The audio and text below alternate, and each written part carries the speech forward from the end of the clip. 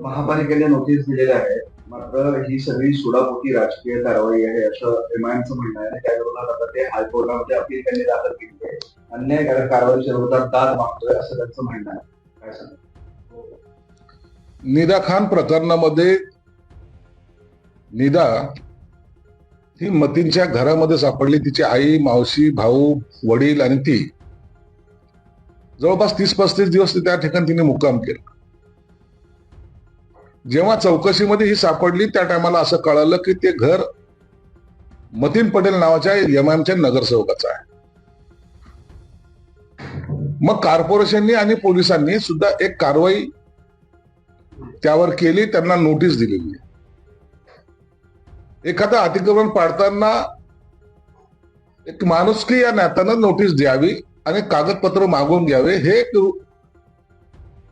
अलिखित नियम आहे.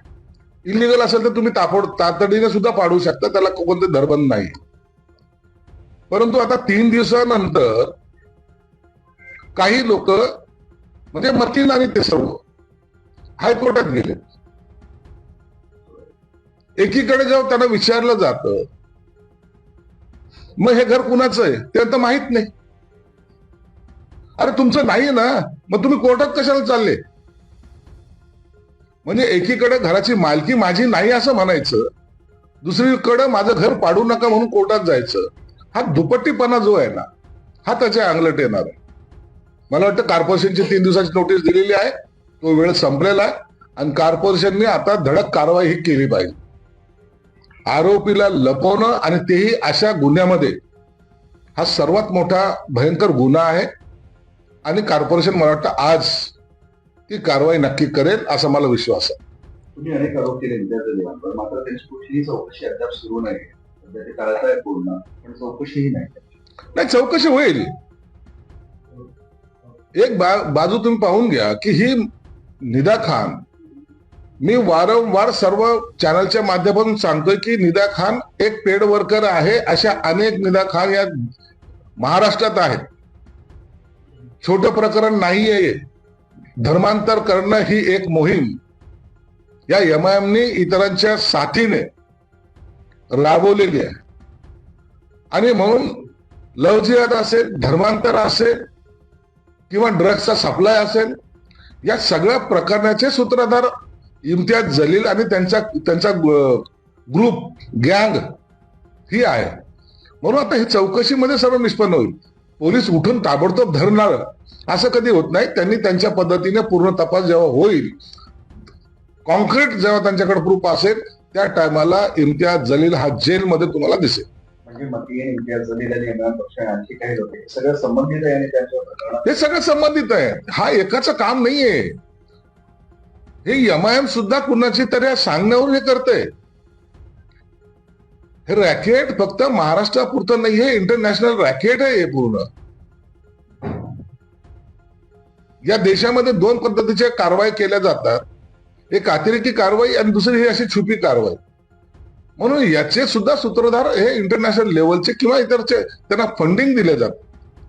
मुळामध्ये लक्षात घ्या की ह्या ज्या लव्ह जिहादच्या घटना आहेत त्याच्यामध्ये सुद्धा फंडिंग केलं ते सिद्ध झालेलं आहे.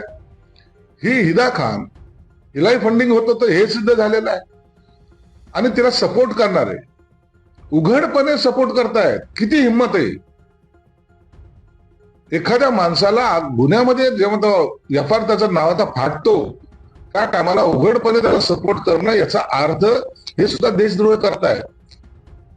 हे सुद्धा त्याच्यात अडकलेले आहेत आणि आता त्यांच्या लक्षात आल्यानंतर आता नो कॉमेंट्स म्हणायला लागले गोड भाषेत. तुम्ही काही करा, तुम्हाला जेलचे दरवाजे आम्ही उघडलेले आहेत आणि तुम्हाला त्या जेलमध्ये जायचंय, नंतर आम्ही तो लॉक लावणार आहोत. स्पष्ट म्हणतात ओएसी तर तो बॅरिस्टर आहे ना. ओएसीला कायदा कळत नाही.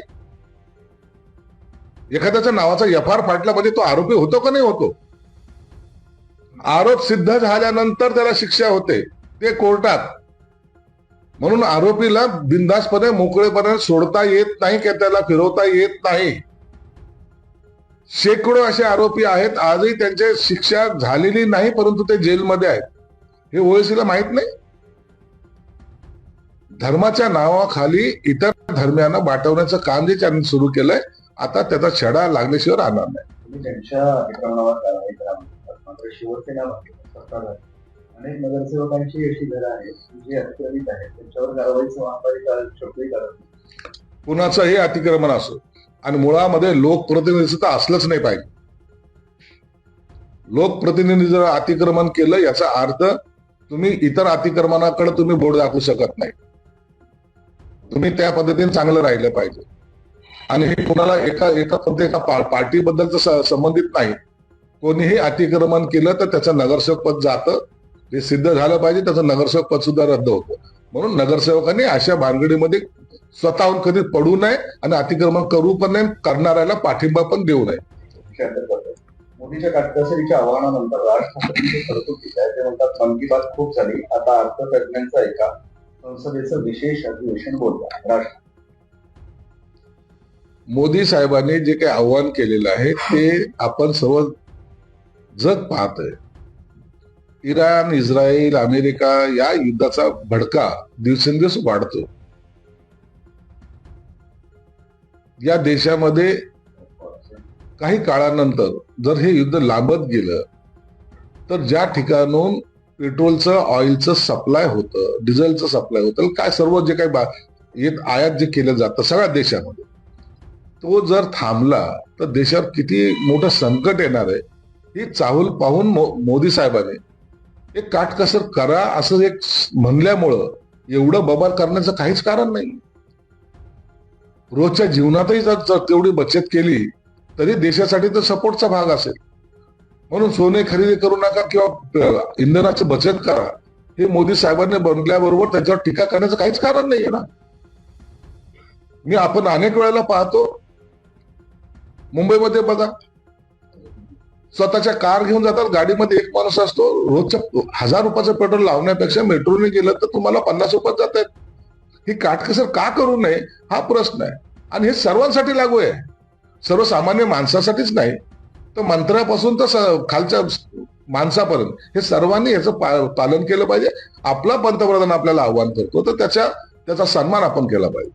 मोदींच्या आव्हानानं अर्थव्यवस्थेवर मोठा परिणाम होईल, अर्थव्यवस्था शरद पवार. आता याच्यामुळे जर अर्थव्यवस्था गडगडत असेल तर अशा प्रकारचे आव्हानं यापूर्वीच्या पंतप्रधानांनी केले नाहीत का? यापूर्वी असे निर्णय झाले नाहीत का?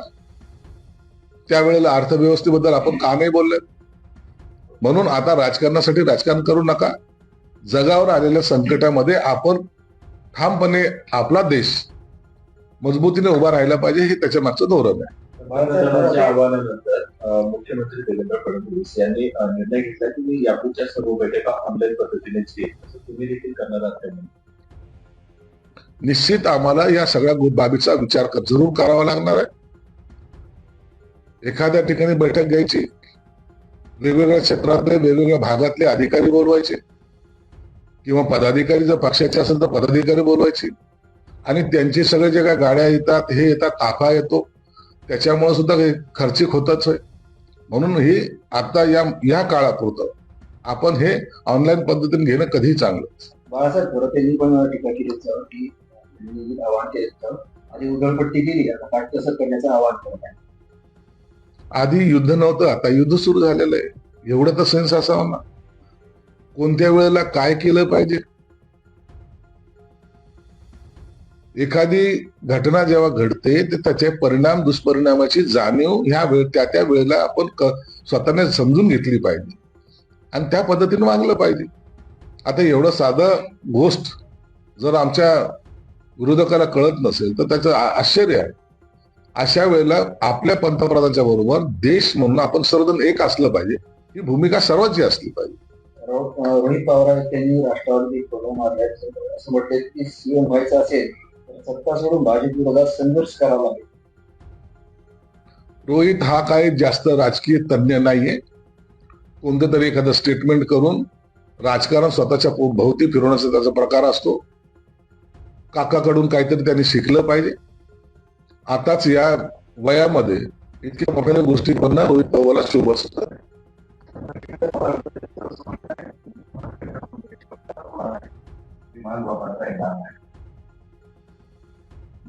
अत्यंत चांगला निर्णय आहे. आणि तसाही विमान वापरायचं जर असेल ना तर मुख्यमंत्र्याची परवानगी पहिलेही घ्यावी लागत होती. आणि हे विमान वापरणं हे ठराविक नेत्यापुरतं मर्यादित आहे. मुख्यमंत्री, उपमुख्यमंत्री आणि एखादा इमर्जन्सीमध्ये एखादा मंत्री, प्रत्येकाला विमान वापरणं हे अलाउड पण नाहीये आणि त्याला तो वापरू पण शकत नाही. काँग्रेसने कसा टोला लावलाय, पासून सचिन सावंत आयपीएलवर तात्काळ निर्बंध जाहीर करा, एवढ्या समावांच्या गाड्या कशा सुचली. त्याला जोडून मुख्यमंत्र्यांनी सर्व मंत्र्यांनी आपल्या गाड्यांचा त्याग करावा, मेट्रोने प्रवास करावा, 5 मंत्र्यांनी एका गाडीवर प्रवास करावा. साक्ष नोंदवली म्हटलं की माझ्या ग्रुपमध्ये कुठेही एकनाथ शिंदे माफी मागणार नाही. याबाबत आता ज्या कमिटीकडे चाललं त्याच्यावर निर्णय घेतील. त्याच्यावर पुन्हा आणखी क्रॉस भाष्य करणं मला वाटतं योग्य नाही. स्थानिक स्वराज्य संस्थांच्या विधान परिषदेवर चर्चा सुरू आहे. आता फक्त चर्चा नाही, काही जिल्हा परिषदच्या निवडणूक बाकी आहेत. या सर्व झाल्यानंतरच या बाबतीमध्ये निर्णय होतील. रोहित पवार यांचे एक ट्विट आहे. पश्चिम बंगाल निवडणूक मध्ये निवडणूक आयोगाचे सीईओ मनोज कुमार अग्रवाल यांनी बंगालमध्ये एसआयच्या माध्यमातून 91 लाख मतदार रोवून संविधानाचा खून करत भाजपच्या सत्तेचा रस्ता मोकळा करून दिला. आज त्याच फळ म्हणून त्यांना बंगाल सरकारच्या मुख्य सचिवपदी बसवण्यात आले, असं रोहित पवार म्हणाले. त्यात काय नवीन काय झालं? त्यात जेवढे वगळले गेले त्याची यादी सरकारकडे आहे, निवडणूक आयोगाकडे आहे, सर्वांकडे आहे. विद्वानासारखे काही गप्पा मारायचा. एखाद्याला जर प्रमोशन दिलं तर का दिलं, नाही दिलं तर का नाही दिलं. म्हणून अग्रवालला दिलेला जे काही निर्णय घेतलेला तो योग्य आहे. जलजीवन मिशन जे आहे त्यामध्ये बोगस कामं झाली. काही ठिकाणी फक्त पाईप बुजवून ठेवली, मात्र पाणी येत नाही. नळ लावली, मात्र कुठल्याही हवा येत नाही, पाणी येत नाही, अशी स्थिती आहे. जलजीवन मिशनचे कामं अशा काही ज्या ठिकाणी बोगस आढळले असतील, ठेकेदारावर नंतर कारवाई करा, पहिले त्या अधिकाऱ्यावर कारवाई करा. कारण त्या अधिकाऱ्याच्या संदर्भात ठेकेदार असे काम ठाकून. म्हणून पहिला आरोपी हा अधिकारी असला पाहिजे आणि सेकंड आरोपी तो ठेकेदार असला पाहिजे. अशा पद्धतीने लोकांच्या जीवनाशी, लोकांना आवश्यक असलेल्या योजनेमध्ये जर अशा भ्रष्टाचार होत असेल तो दुर्लक्षित करण्यासारखा नाहीये. म्हणून कठोरातली कठोर कारवाई अधिकाऱ्यापासून ठेकेदारापर्यंत झाली पाहिजे. मागच्या खरीप हंगामामध्ये मोठ्या प्रमाणात अतिवृष्टी झाली. तुम्ही देखील अनेक गावांना भेटी दिल्या होत्या, अनेक गावं पाण्याखाली. पीक विम्याचे पैसे अजूनही शेतकऱ्यांना मिळाले नाही, असं झालेलं नाहीये. 1-2 ठिकाणी जर अशा घटना घडल्या असेल तर याचा अर्थ पूर्ण शेतकऱ्याला पैसे मिळाले नाही असं बोलणं सुद्धा चुकीचं आहे. आम्ही स्वतः तिथं किती कॅबिनेटमध्ये किती लोकांना पैसे मिळाले, किती लोकांच्या अकाउंटवर गेले याचा तपशीलवार माहिती ते कॅबिनेटमध्ये घेत असतो आणि ती पब्लिश सुद्धा होत असते. म्हणून जर काही राहिले असतील तर निश्चितच त्यांना ती भरपाई दिली पाहिजे आणि इतका विलंब का लागला याची कारण सुद्धा त्यांनी तपासली पाहिजे.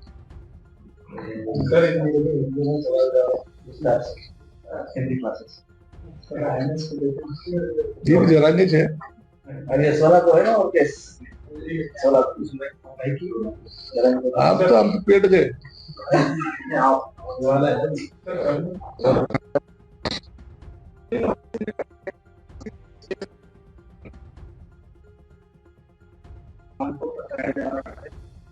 अदालत ने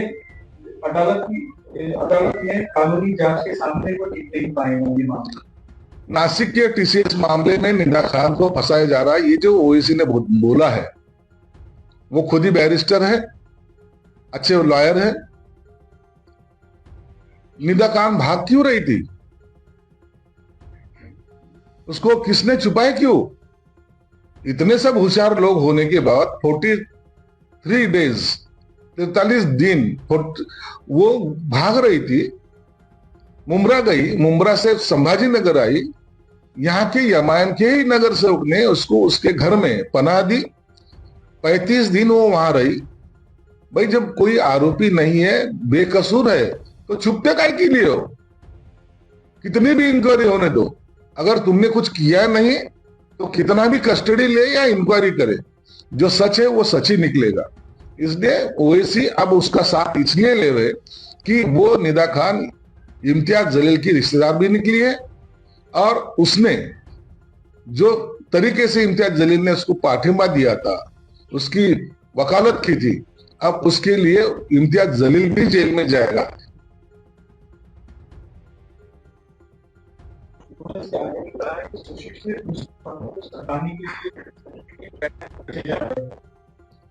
सुशिक्षित मुसलमान तुम जैसे लोगों के बातों में नहीं आते।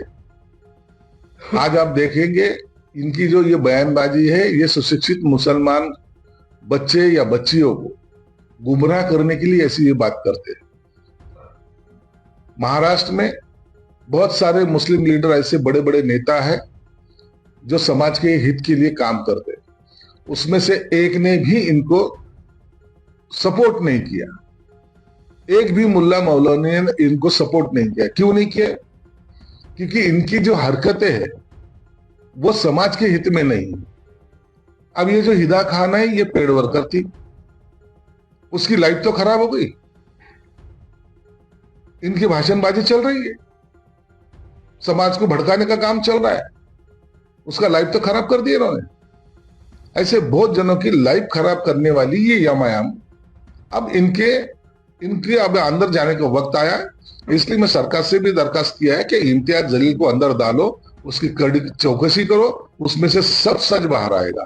पीएम मोदी ने 24 घंटे के भीतर दूसरी बार अपील की कि वर्क फ्रॉम होम या क्लास हो ऑनलाइन, क्लास भी ऑनलाइन, स्कूल को ऑनलाइन, बाहर जाके विदेश को भी कम यात्रा करे, सोना भी नहीं खरीदे। तो दूसरी बार अपील की है 24। देखिए, पंतप्रधान मोदी साहब ने जो अपील की है उसकी वजह एक है कि वर्ल्ड में, अपने ही देश पर नहीं तो वर्ल्ड में जो वार की वजह से अमेरिका, इजराइल और ईरान, ये जो वार चल रहा है वो रुकने का नाम नहीं ले रहा है। अगर ये ज्यादा बढ़ गया तो बहुत बड़े पैमाने पे जो लॉस होने वाला है वो हर एक देश को उसका नुकसान जरूर होगा। इसलिए अब पेट्रोल की बचत करना, ऑयल की बचत करना, या तो सोना खरीदना, या तो ट्रैवलिंग करना ज्यादा तौर से, इसमें अगर बचत की तो अपनी आर्थिक व्यवस्था थोड़ी अच्छे से बने रहेगी। पेट्रोल ऑयल अगर ये सब बचाए तो अपने को ज्यादा तकलीफों का सामना नहीं करना पड़ेगा। ये पॉजिटिव लाइन उन्होंने ली है और इसको सबने समर्थन करना चाहिए, ना कि उसके ऊपर बहस करना चाहिए। अगर बचता है कुछ तो क्या तकलीफ क्या है? युद्ध अगर कल खत्म होता है, अगर अच्छे से पेट्रोल आने लगता है तो वही तो सब यूज करेंगे ना। लेकिन अगर 6 महीने अगर पेट्रोल अगर सप्लाई नहीं हुआ तो देश की हालत क्या होगी? अभी लास्ट मंथ में जब 2 दिन के लिए पेट्रोल का शॉर्टेज ऐसा लग रहा था तो पेट्रोल पंप के ऊपर कई किलोमीटर की लाइन लगी थी। भविष्य में ऐसा न हो, पंतप्रधान ने उनकी तरफ से निवेदन किया है। पश्चिम बंगाल में चुनाव के पहले जो है एसआईआर के थ्रू 91 लाख वोटर्स हटाए गए। अब क्रमशः मनोज अग्रवाल जो राज्य के मुख्य निर्वाचन अधिकारी थे तथा सुब्रत गुप्ता जो एसआईआर के दौरान स्पेशल ऑब्जर्वर थे, इन दोनों को पश्चिम बंगाल के मुख्य सचिव और मुख्यमंत्री के मुख्य सलाहकार के रूप में नियुक्त किया गया। वो अग्रवाल ने चुनाव आयोग के माध्यम से जो 51 लाख वोटर को हटाया है, उसमें से किसी ने अदालत में गया है? क्यों नहीं गए? क्योंकि पश्चिम बंगाल एक ऐसा द्वार था जहां से बंगाल के लोग, बांग्लादेश के लोग आते थे और पूरे भारत भर में वो अपना नेटवर्क करते थे। आज वो माइनस होने की वजह से जिनके बलबूते पे ममता ये राजकारण कर रही थी वो पूरी ढीली हो गई। इसकी वजह से आज बीजेपी की सत्ता वहां आई और इलेक्शन कमिश्नर ने अच्छा काम किया, इसलिए उसको मुख्य सचिव बनाया गया। तो इसमें कोई दिक्कत वाली बात तो है ही नहीं। पश्चिम बंगाल में भाजपा सरकार ने अपनी पहली कैबिनेट बैठक में बांग्लादेश के साथ सीमा पर बाड़ लगाने के लिए बीएसएफ द्वारा आवश्यक भूमि को हस्तांतरित करने और राज्य में जनगणना की प्रक्रिया को तत्काल प्रभाव से शुरू करने का निर्णय लिया। सबसे अच्छा ये निर्णय है। जहां से बांग्लादेश की घुसखोरी होती थी वो बॉर्डर अभी आज के बाद सीज हो जाएगी। वहां के लोग फिर यहाँ आके कोई उदम न मचाए, इसलिए वो सरकार ने एक अच्छा निर्णय लिया, उसका सब जन हम स्वागत करते हैं। सीमा पर लगी कंटीली तारों से बांग्लादेशी भयभीत नहीं है। बांग्लादेश के प्रधानमंत्री के विदेश मामलों के सह सलाहकार हुमायूं कबीर। भयभीत होने की कोई जरूरत ही नहीं ना। वहां के लोग इधर मत आने दो, हमारे लोग उधर नहीं जाएंगे। भयभीत होने की क्या जरूरत है? सर अभी जो है जिस तरीके से आपसे सवाल किया गया कि जल जीवन मिशन के तहत यहाँ पे अडुल भी एक गांव है, अडुल गांव का न्यूज़ सर्कल है, वहाँ पे सब जो है कुआं है, कुएं के पास तक ही पाइपलाइन आई है, लेकिन वो मिशन के अंतर्गत जो पानी की टाकी बनाते हैं वो टाकी कहीं पे भी नहीं है, लेकिन उस मिशन के नल आ गए। ये जो बोगसगिरी की है, जिस तरीके से ये लोग कुछ ठेकेदार, कुछ अधिकारी खुद की जेबें भरने के लिए जो काम करते, इनके ऊपर सिर्फ गलत काम करने का ही कलम नहीं तो बहुत बड़ी कलम ही लगना चाहिए। ये लोगों को फंसाना है, ये देश को फंसाना है। मुझे तो लगता है ऐसे लोगों पे देशद्रोह का भी गुनाह लगाना चाहिए, क्योंकि ये सरकारी संपत्ति का जो यूज होना चाहिए वो मिस यूज करके अपनी खुद की झोलियां भर रहे हैं। इसलिए अधिकारी और वो ठेकेदार, इनको कड़ी से कड़ी सजा उसमें मिलनी चाहिए, इतने बड़े कलम उसमें लगाना भी चाहिए। सर ऑपोजिशन की ओर से जो पंतप्रधान ने जो अपील की है लोगों के लिए, अरे अपोजिशन ये सब अपील करते रहते हैं। अपोजिशन ने कौन सा, पंतप्रधान ने की भी बात को, पंतप्रधान जो विदेशी दौरे करने वाले हैं कि वो विदेशी दौरे ना करे, इस तरीके की बात वो कर रहे हैं। अरे अपोजिशन वाले ये हमेशा मोदी के खिलाफ बोलते आए, बोलते रहेंगे। उनको यही पहले उन्होंने राहुल गांधी के दौरे के ऊपर लगाओ, वो ये कुछ लोग जो अभी फॉरेन में गए उनके पार्टी के, उनके ऊपर लगाम लगाओ। पंतप्रधान जाते हैं तो पूरा वर्ल्ड देखता है कि वो किस लिए जा रहे हैं और क्या काम कर रहे हैं। विदेश में जाना पंतप्रधान घूमने के लिए, गार्डन में घूमने के लिए नहीं जाते, देश की राजनीति, देश की आर्थिक बढ़ावे के लिए कुछ ना कुछ